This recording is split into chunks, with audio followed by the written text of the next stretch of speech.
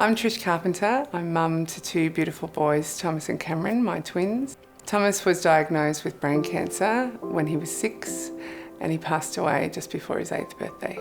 Shortly after Tom was diagnosed with his brain cancer, he underwent 3 neurosurgeries within the next few weeks, and after that he had posterior fossa syndrome.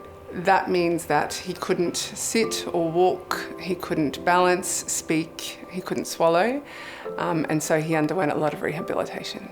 I learned about red kite when we were in hospital with Tom within the first week or 2, and I remember coming back to his room and finding the Red Kite bag there. So Red Kite is this wonderful charity that supports families that have found themselves with a childhood cancer diagnosis.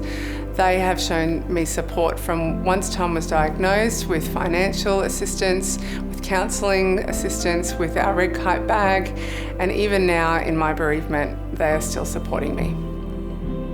The Red Kite bag had everything that I needed in it during our journey in hospital. We didn't know how long we'd be there.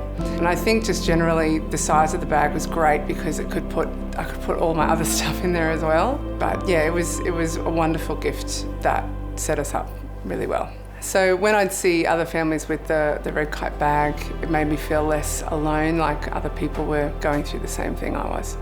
I got to really spend so much time with Tom, and I got to really learn about my son, how brave he was and how sweet and funny and determined he was.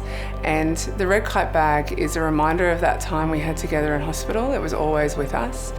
And I feel like that time in my life was really, really important to me, and the bag is a tangible reminder of that time and that connection I had.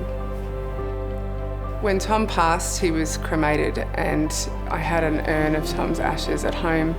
It took me a while to build up the courage, I think, to organise a spot for him at the Memorial Gardens. But I wanted to do that because that's where my father is, where my grandparents are, where a lot of our family are. Taking the Red Kite bag to the memorial to visit Tom is just one of the ways that I keep Tom present in my life.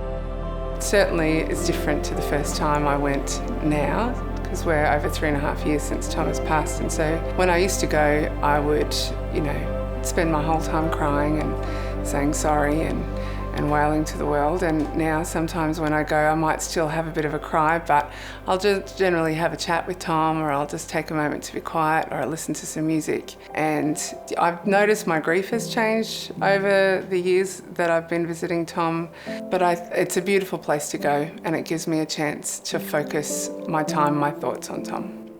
If I have a conversation with a newly bereaved parent, some advice that I would give them: they have every right to grieve exactly as they need to grieve, and that there is no timeline, and anyone who insists there is full of rubbish and they don't know what they're talking about. I know I didn't want to hear, over time you'll feel better, because it's such a cliche, so I don't ever say that.